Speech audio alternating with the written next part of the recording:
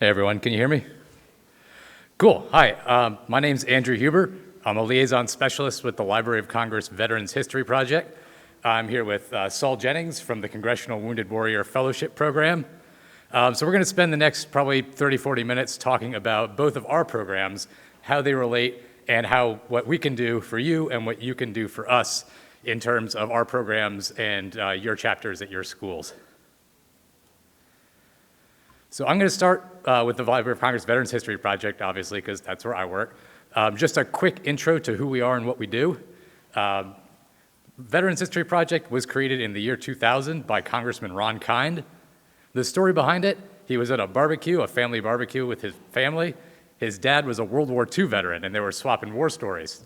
And he noticed that his kids were really interested, but they were too young to really understand sort of the nuances and what it really meant to serve and sacrifice. So he thought, well, wait a minute. My dad might not be around when my kids are old enough to really grasp this. Why don't I record this conversation so that they can have that when they're older and understand what their grandpa did? So he did. He went and got his camcorder and recorded it, and they had that story in their family for generations to come. And he realized, well, wait a minute. If that's good for my family, this is good for everyone's family. So he introduced legislation in Congress, and it passed unanimously in the year 2000, and the bill's text was creating the Library of Congress Veterans History Project with the mission to collect, preserve, and make accessible the personal accounts of American war veterans so that future generations may hear directly from them and better understand their selfless service.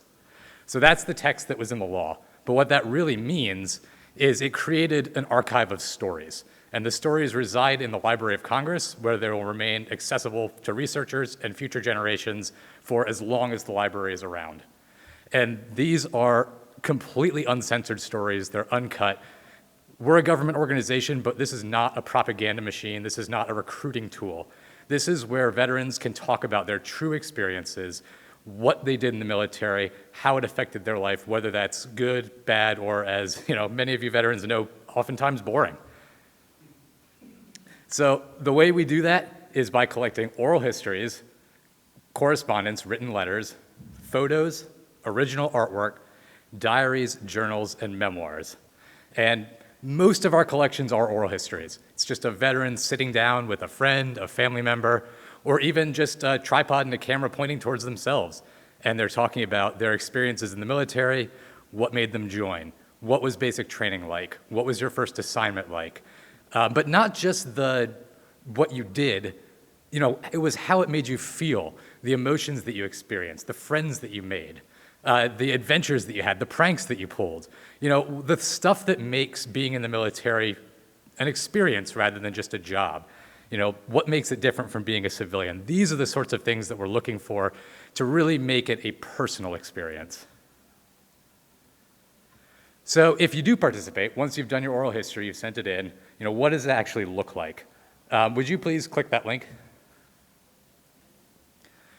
So every veteran that participates in VHP, everyone who submits any sort of material to us that qualifies for our collections, gets their own page on our website.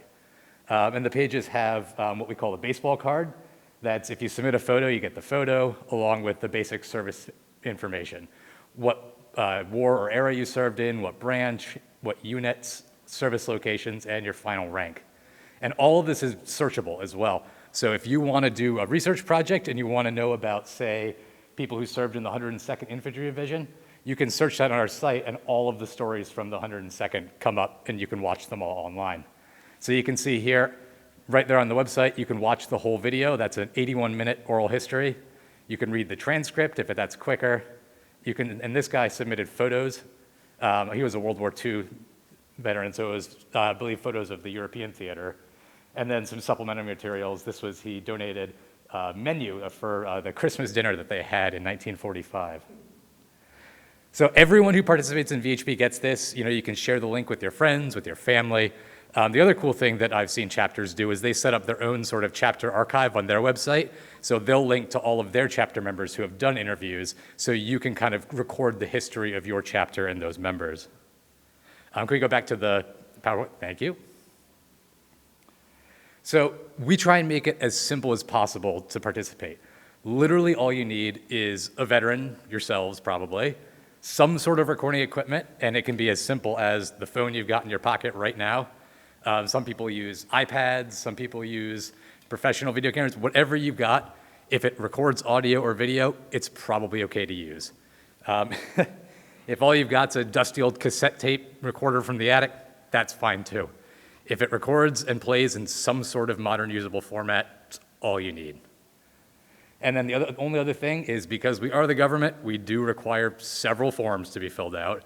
And those are all in our field kit, which is available on our website, loc.gov/vets, or I actually have a stack of them over by the water cooler, and you can grab that. And it's really basic. We've got a biographical data form that's just, that stuff you saw, your unit, your final rank, campaigns, battles you served in, that sort of thing. And again, all that becomes searchable, so the more data you give us, the more people can find it. And people do find it. We have researchers in every single day using these collections for writing books, making movies, documentaries, or just, maybe a young person who's thinking about joining the military and wants to know what it's really like from someone who had already been there. Last time I checked, we had over 800 citations from books that had been used, that have used us to write. If you've seen Ken Burns' The War or the Vietnam War, he used us extensively. So these things, they're not sitting on a dusty shelf somewhere. They are being used by researchers every single day. And again, like I said, we try and keep it simple to participate. There are really only 2 rules. Number 1 is what we call the 30-20-10 rule. If you're doing an oral history, you have to speak for at least 30 minutes. If you're writing instead, it has to be at least 20 pages. No academic requirements there. It can be double-spaced. It does not have to be like you're writing a novel. And then if you're donating photos or letters, there have to be at least 10 pieces. And you can mix and match, so 5 letters, 5 photos, that's fine. And once you hit one of those requirements, the rest don't matter. So you don't have to do all of those. You can just do a 30-minute interview and nothing else.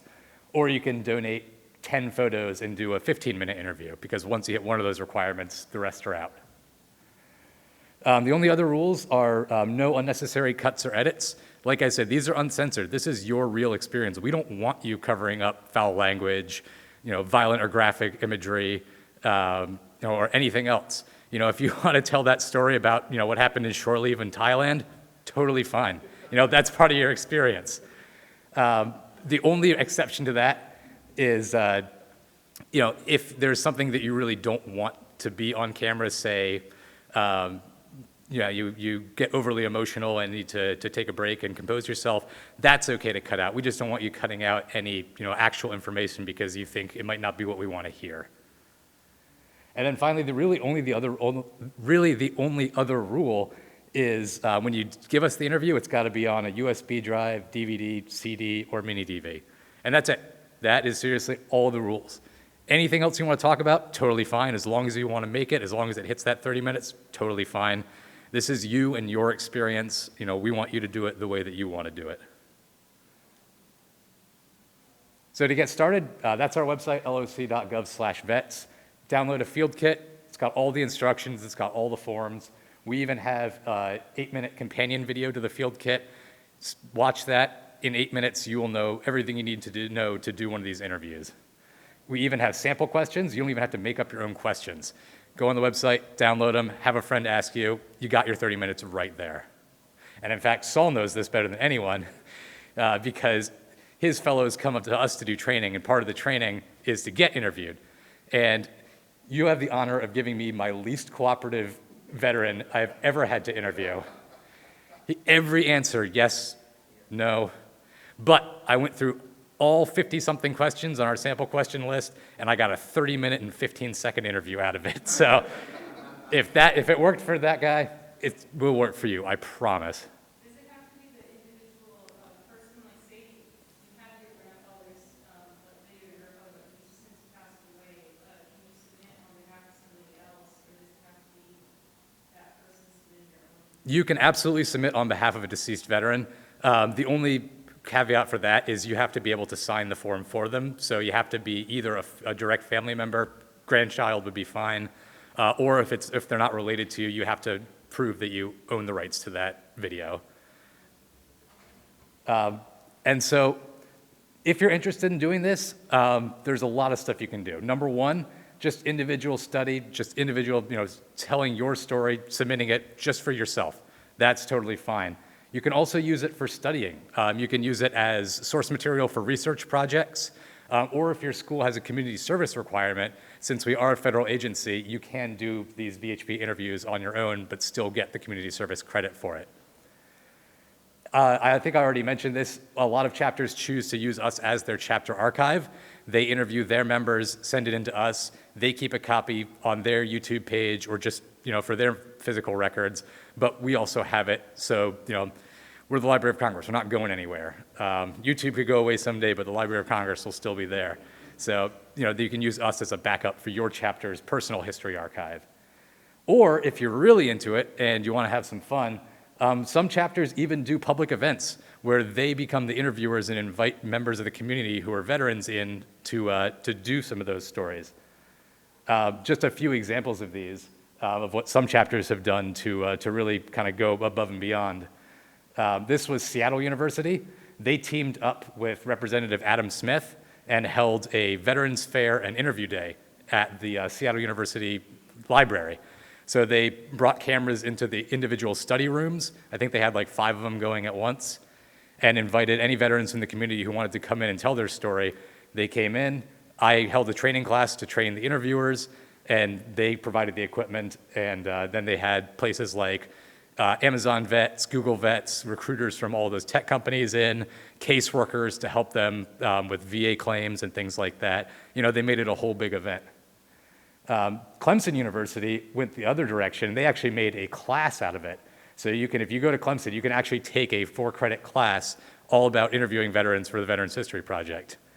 That's something that would probably take a little bit more work to get established at your school, but it's something I'm happy to help you with and talk to your administration if that's something you're interested in trying to start. That one was the student veterans group from the Technical College of the Lowcountry. They actually teamed up with Parris Island to do interviews at the Parris Island Museum. And then they recruited volunteers from the community to be the interviewers. These were the colonial dames of South Carolina. So they acted as the organizers, but they weren't actually the ones doing the interviews or hosting it. They just sort of exerted their leverage and did the back-end legwork to get that set up. And then Columbia State, they did the whole thing themselves. They hosted at their school. The student veterans were the interviewers. They had the same thing as Seattle University. They had caseworkers and veterans representatives there to do case claims and stuff like that. But they did all of it in-house. So there's all different kinds of things. The only thing that limits you is your imagination. Whatever sort of event you would like to do, it's possible to do it, and my job is to help. So I'm going to stick around afterwards. I've got plenty of business cards. If you are interested in doing something like this, let me know. I'll give you my info. And literally, when I'm not at conferences like this is my full-time job, is helping you set up events. So, I can be there every step of the way helping you organize these. So that's my portion of the presentation. If you are interested in continuing the conversation, this is my email, ahub@loc.gov.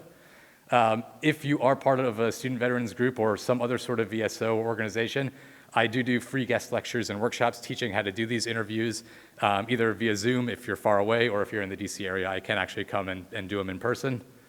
And again, if you are interested in setting up an event or a project like this that involves VHP, it's my job to help. So just send me an email, get in contact, and I'm happy to help. So I'll be back in just a sec after Saul, but now is Saul Jennings from the Congressional Wounded Warrior Foundation. Thank you, brother. Thank you. All right, good afternoon, everyone. I'm Saul Jennings, the Senior Program Manager for the House Wounded Warrior Fellowship Program. Before we go into what we are and what we do, I always have to take a step back and explain what we're not. We get confused with the Wounded Warrior Project all the time because of the name. Nothing against those guys. They do phenomenal work. But we're actually a federal entity. We fall under the legislative branch, being on the House side. And we do a lot of great things. So we're going to talk about that in a sec. But what I do as the Senior Program Manager, the best way to look at it, how many Marines, sailors, soldiers we got out there? I was in the Corps. I was an infantryman and a career planner, retention guy. So essentially, my job, I'm sort of like the XO, the senior enlisted, the operations officer, the adjutant, and your big brother and your platoon sergeant all rolled into one during that 2-year fellowship. So it's really my job to help you get through that 2 years if you make it there, and that's not necessarily a bad thing. We'll talk about that a little bit later. But as far as the background, what we're going to cover today, we're going to talk about brief background, eligibility, the benefits, how to apply, and what our fellows actually do when they're on the program. Do I have any questions prior to moving forward? Awesome. Now, the background on the program. The Wounded Warrior Fellowship Program was developed back in 2008 by Speaker Pelosi and other House leadership to provide wounded and disabled veterans with employment opportunities to work directly for members of Congress. So we are happy to say that since 2008, we've employed over 400 veterans via this fellowship program. So the way that it works is that we have 120 allocations broken down evenly, 55 for Republicans, 55 for Democrats, and another 10 for House officers. So House officers are like the Chief Administrative Officer, the Sergeant at Arms, the Clerk, and the Chaplain. So it's very rare that we have fellows that operate in those House officer positions, but there are opportunities there as well. But primarily, they're going to be out in the district or in DC working directly for a member of Congress. Any questions before I move forward? All right, now on to the eligibility for the program. So we get a lot of questions. Do you need a college degree? If you do have a college degree, do you need to be a poli-sci major, et cetera? Absolutely not. As long as you got a high school diploma or a GED and you meet these requirements, you're going to be perfectly fine. So honorably discharged within the last 5 years from active duty, E5 and below for enlisted, O3 and below for officers. And for the purposes, we consider Chief Warrant Officer 2s and Warrant Officer 1s within that O3 and below category for officers. 20% or greater service-connected disabilities, and if you are a Purple Heart recipient and you meet the other requirements, the disability rating does not pertain or apply to you. Any questions on the eligibility? Mm-hmm. From your actual active. So the way that we base, and that's a good question, the way that we base that off, we base it off of your DD 214 member 4 copy, right? So whatever that DD 214 member 4 says as far as your EAS, we're going to base it off of that period. Yeah. Any other questions on eligibility? Okay. Now the benefits. The cool thing about it is that essentially this is a federal job, right? The only difference is for us as veterans, we always hear about opportunities with the executive branch. This is the legislative branch, it's Congress, specifically the House of Reps. So you're going to be eligible for the exact same benefits under the legislative branch as you would on the executive side. So the salary is going to range anywhere from 41 to 56. Again, these are entry-level positions. You're going to be eligible for medical, dental, vision insurance. And the big one, especially for you all coming out of college, is the student loan repayment program for the House of Representatives is phenomenal. It just went up from $60,000 to $80,000 now as far as student loan repayment benefits. And of course, first, since this is a federal job, that 2 years on that fellowship can actually go towards retirement if you do stay in the federal system. Any questions on benefits? Go ahead. You said those 2 years? Yeah. They do. Yep, towards federal retirement. And the cool thing about that too, and my apologies, I should have mentioned this earlier, for that 2-year period as far as the fellowship, for us as congressional staffers, we're considered at-will employees, right? So how long is the term of a congressman on the House side? Who knows? 2 years, right?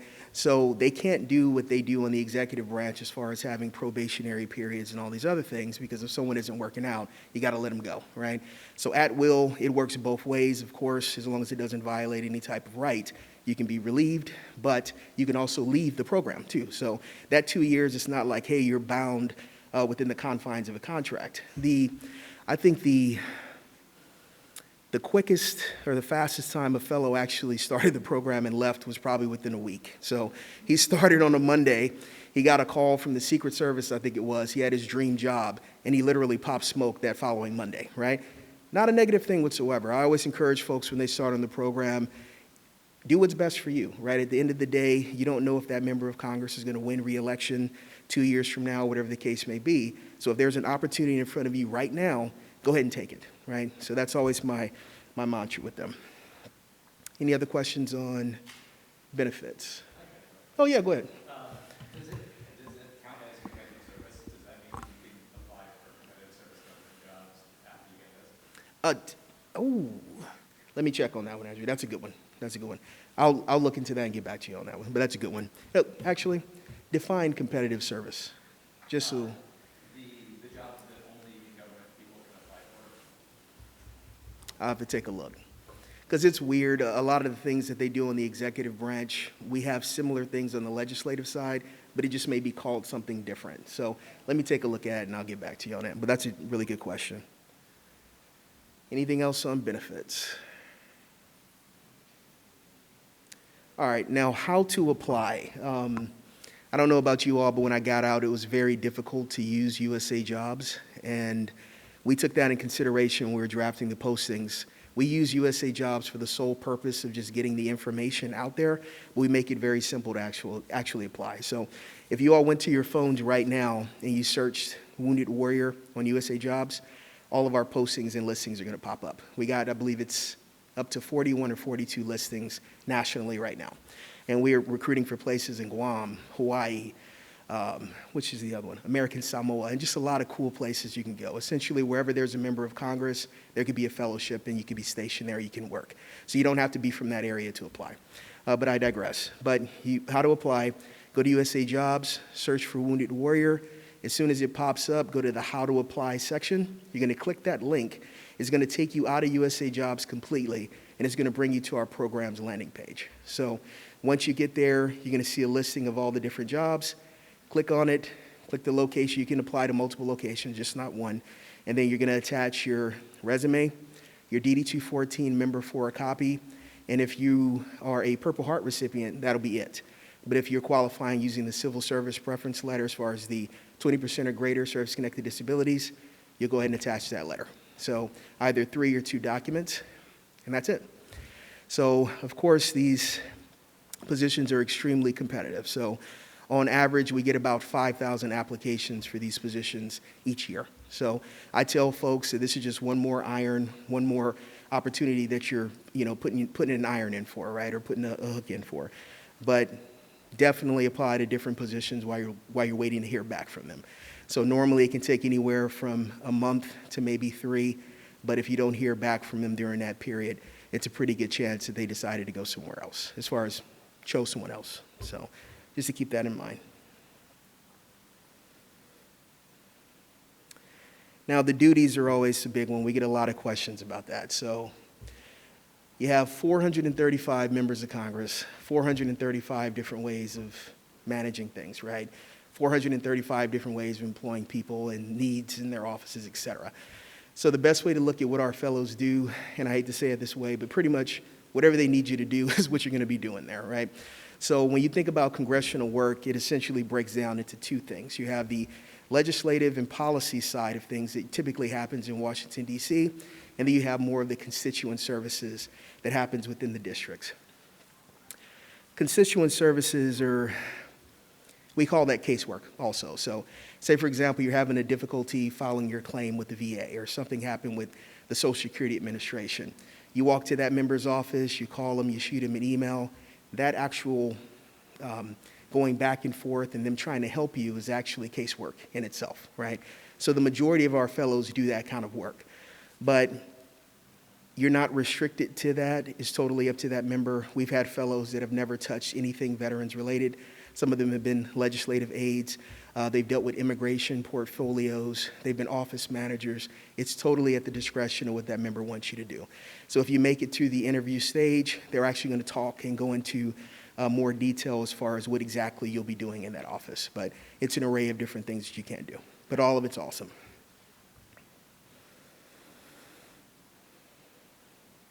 And actually, I think that concludes my brief. Do I have any questions about anything that I've covered? Eligibility, benefits, how to apply, what do you do in the offices, et cetera? Awesome. Andrew?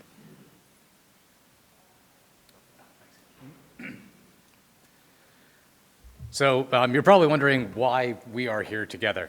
I'm from the Library of Congress. He's from the House. Besides the fact that Congress signs both of our paychecks, what's the relation?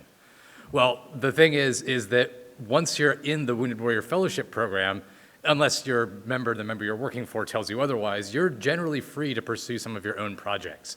And some of the projects that Wounded Warrior Fellows tend to do are Veterans History Project related.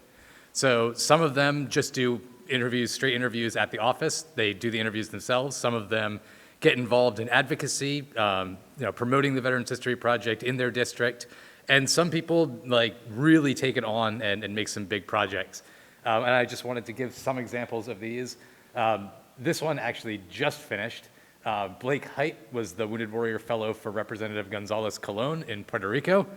And he organized an interview event in which veterans from all over Puerto Rico came to San Juan in the San Juan National Historic Site. If any of you have been there, it's that beautiful fort overlooking the water. So they had this incredible backdrop for these interviews, and he basically single-handedly expanded our collections from Puerto Rico by over 50% in this one event. So he really went above and beyond. He made this his mission, his pet project while he was a fellow, and we even got to do a donation ceremony where they had a photo op at the Library of Congress with the member of Congress. It was really special, and this is exactly the kind of thing that fellows can do and really enjoy doing. Another one, Derek Duba, he's the fellow for Representative O'Halloran in Arizona. He noticed that his district was very rural, and a lot of his constituents didn't have the means to get from their end of the state to where the district office is. It's because the district is so big and so rural that it took hours to get there, and a lot of times the veterans just didn't have the time or ability to get there to do their casework or whatever they needed. So he came up with this thing called mobile office hours, where he drives a circuit around the district, stopping in the small towns, and sets up shop for a day or two, and lets people know ahead of time that he's going to be there. If you've got a problem that the congressman needs to solve, come here, we'll talk to you, we'll help you out. But he also integrated Veterans History Project interviews into it. So while he's sitting there and waiting for people to come, any veteran who wants to come and be interviewed is free to come up. He's got a camera with him. He's been trained as an interviewer. So while he's out there doing this casework in the district, in these small towns, he's also doing VHP interviews, so he's not wasting time when he's waiting for clients, constituents. Then finally, Natalie Steinschultz, she's with Representative Mike Johnson. She actually created an interview studio in their district office and trained interns to be interviewers. So anytime a constituent wants to come in and be interviewed, all they have to do is walk up to the district office, say, I want to be interviewed. They've got a room for it. They've got an intern ready to go. So like I said, there is, the member will have their own requirements and duties that they want you to do, but you will have your own sort of free time and time to do your own projects. And if you are interested in doing the Veterans History Project, there's really no limit to what you can do. It's get creative, figure something out, do something like one of these guys or girls did, and think about what would work best for your district and make it happen. And we're here to help. So again, this is our contact info. I'm ahub@loc.gov. Saul is solomon.jennings@mail.house.gov. Oh, Lindsay was not able to be here today, unfortunately. But in case, that's her email right there. She's my alpha. She's my least watch. So anything that you send me, please send it to me. So that's it. That's the Veterans History Project and the Wounded Warrior Fellowship Program in a nutshell. If you have any other questions, please let me know. I think they've got a mic back there. Or just shout it out. I think since our conversation, Mary Kate from San Diego University, I know I spoke to you both yesterday. I think it's absolutely fantastic. All right, but I also wanted to add, since there is a rank thing about the E5 and below, and then 03 and below. I know we had talked about Hill Vets, and I had finished Hill Vets earlier, but I don't know if you could touch on that a little bit, if you know much about the Hill Vets program, but that's an opportunity with representatives as well on Capitol Hill. And I wish I could speak a little bit more about Hill Vets. I know it's a phenomenal opportunity there. I know they get a stipend, and there's no rank requirements to my understanding, but a few of our fellows have kind of come from Hill Vets and moved over to the Wounded Warrior side. But everything that I have heard about it, it's a phenomenal opportunity, but I wish I could speak a little bit more intelligently about it, but I just know it's an awesome opportunity as well.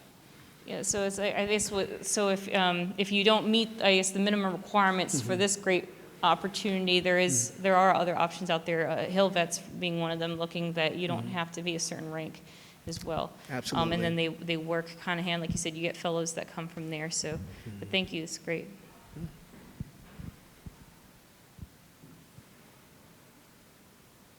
Any other questions? Is there a political party, can you speak to that, because you said once they're in there, they can kind of, they just go to whatever the representative needs them to do, Oh, but do yeah. they need to pick a political party to go one way or the other? Not at all. The cool part about the fellowships are that they're nonpartisan. So we've had fellows that have been far left, that have been in, far right offices, and vice versa, especially when you're dealing with casework and constituent services. There's really no R or D when a veteran comes in and they need help with their claim, or an elderly person comes in and they need assistance with navigating through the Social Security Administration process. So there's really, we put them in each one, and it really does not matter as far as their political affiliation, which office they're going to be assigned to. Because as CAO employees, we're nonpartisan ourselves. So, any other questions? I think we got a couple more minutes, and unfortunately, due to COVID, we had to kind of modify this little piece, but when our fellows do join the program prior to COVID, we'd actually fly them out to DC. They'd come in on a Sunday and stay with us from Sunday through Friday for one of the coolest orientations you could have ever seen or imagined in your entire life, right? We get a tour of the Library of Congress. You get to get interviewed for VHP during that period as well and learn how to get those stories.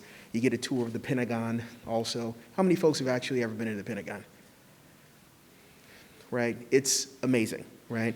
So you get a tour of the Pentagon, you get to meet all the congressional liaisons for the Army, Air Force, Marine Corps, the Navy, and even the National Guard as well. So, and you also get to meet with different congressional liaisons from the Social Security Administration, the VA, FEMA, and just a bunch of other cats and dogs during that period. The whole idea is not to make you an expert on these things, but just to let you know, hey, I can pick up a phone and call a person if I need assistance when I'm out there in the field in these member offices trying to help folks out. So hopefully COVID blows over sooner rather than later, and we can get back to regular order as far as actually bringing the fellows back to DC for that week-long orientation.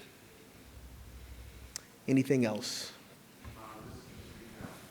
The requirement was minimum 5 years Yeah. after the military? Yes, separated from active duty within 5 years. I can't remember, is it the minimum or the maximum? Maximum. There we go. I'm okay. sorry. So Maximum is 5. Yep. Gotcha. Is there any leeway on that? There is not at this time. Are we still Gotcha. recording? All right. This is some GS 54 classified stuff. Right? So we're currently working on modifying some of the requirements to kind of broaden that aperture. So they haven't been approved yet, but that's one of the ones we're taking a look at. And the reason why we started changing things, we get out there, we talk to folks out in the field, and at one point, the disability rating was 30%, right? And we started talking to folks at job fairs, and it seemed a little bit high. And then we talked to other folks at other job fairs, and there were Purple Heart recipients, running around who never even went through the process of getting a claim, right? So it's like it doesn't seem fair that, this guy, this gal, they have a Purple Heart, but they don't meet the requirements for the Wounded Warrior program. Yeah. So we changed it, right? So in the military, we got used to that whole, hey, it's going to take an act of Congress, but it actually does take an act of Congress Yeah. to change these requirements. Gotcha. So we are working on some things now.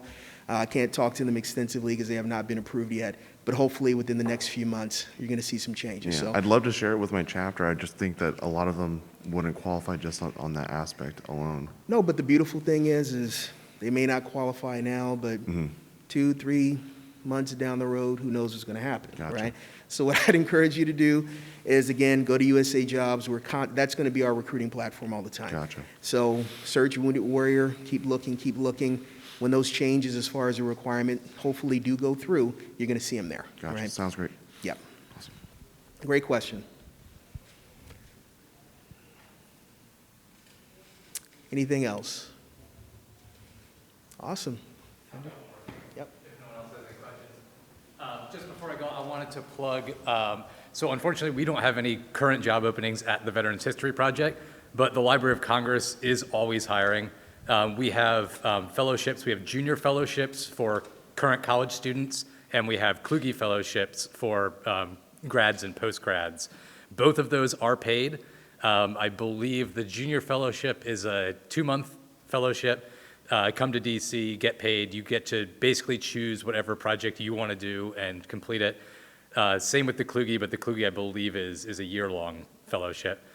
Also, consider the Library of Congress for just regular employment. Once you've got your degree, check out our jobs on usajobs.gov. We've got, at any time, we've generally got a few hundred openings, and you'd be absolutely shocked at the variety of different things. Pretty much any degree, whatever degree you're graduating with, we've got something that you can probably apply for. Even if you think you've got, something too specialized or not specialized enough, liberal arts, data science, computer science, any of that. It's a great place to work. I absolutely love working there, and it's a wonderful place to start your career in the federal government. So just plug for that, check them out. So unless we have any other questions, thank you very, oh, yeah, one more.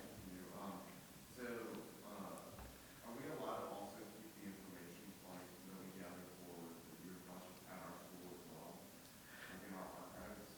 Yeah, that's a great question. So one of the really cool things about the Veterans History Project is that the veteran retains all copyrights to their story, their material, and their recording. So that means that as long as you have the veteran's permission, you can do absolutely anything you want with the interview. And that is, you can keep it in your chapter archive, you can post it to your YouTube page, you can post it to your Facebook page, your Instagram, whatever you want, as long as the veteran says it's okay. And you can even, again, as long as the veteran says that it's okay, you can even use it for for-profit things. So if you wanted to write a book about that veteran's story and sell it, as long as the veteran says it's okay, that is none of our business because the veteran owns the copyright.